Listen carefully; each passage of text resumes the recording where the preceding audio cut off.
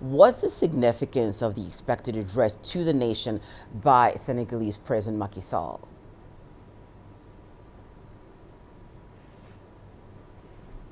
Yeah, well, I think well, obviously there is crisis is building up in Senegal, and it is building up around the man that will be addressing Senegalese, citizens today.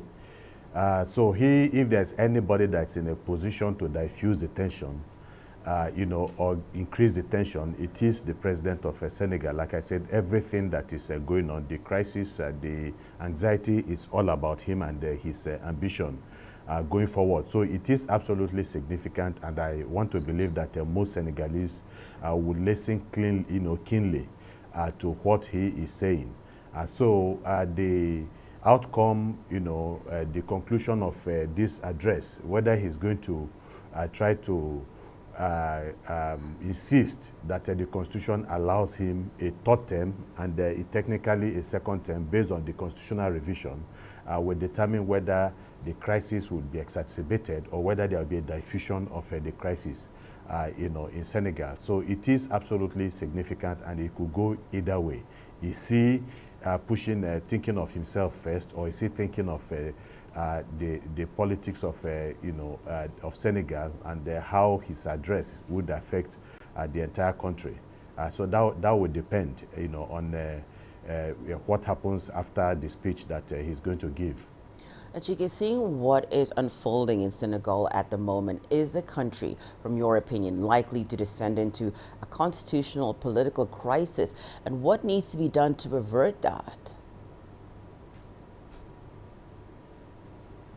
Yeah, absolutely. I mean, this is something that we have seen all over and over again across, the West African continent, and it starts like this. It starts with, with civilian political leadership being in power for some time, not doing enough to assuage the people, not doing enough to provide jobs, and then and then stem the crisis, economic crisis in the country. And then the next thing is that they up the political ante. When they have served their term, they want a third term. So that leads naturally to all kinds of a crisis, because you also have an opposition that is willing to not to allow that to happen. And then we see this degeneracy sometimes leading to military coup.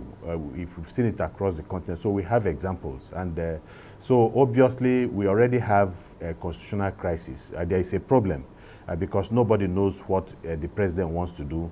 He is saying the constitution gives him the mandate. The Senegalese people are saying, no, you've already served your 2 term, or by next year you would have served your 2 term. So there is obviously this is going to be subject to perhaps a constitutional interpretation. It might be something that will end up in court.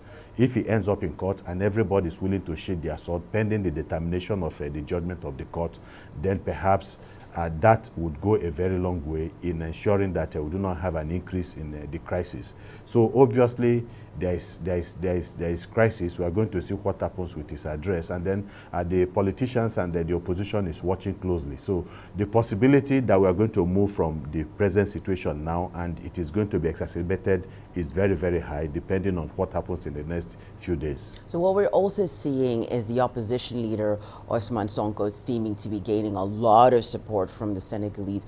But his call for more protests also risks destabilizing Senegal even further. Is there a middle ground that you see for the major political actors in order for dialogue to prevail in charting the country's future?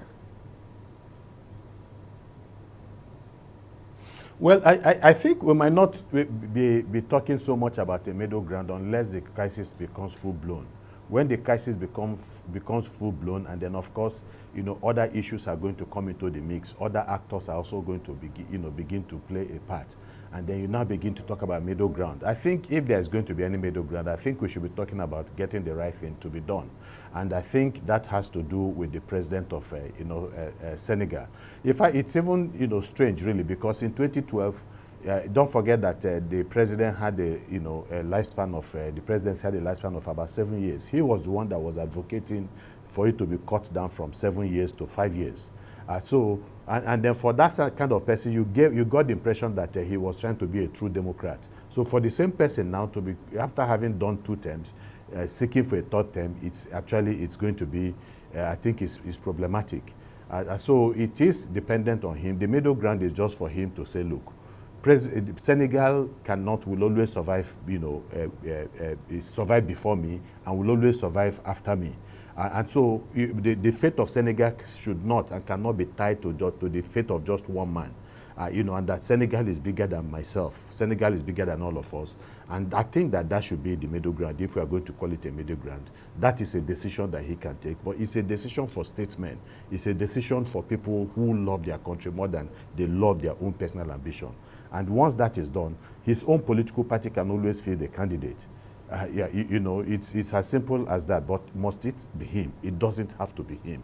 This is what creates crisis that eventually leads to, military intervention, which is an aberration to democracy. When it does happen, then you have a completely different ball game, and then people begin to scrabble here and there, trying to resolve the issue. So, but it can still be turned. It is still within control of the Senegalese political elites to not allow this get to that, degenerate to that level.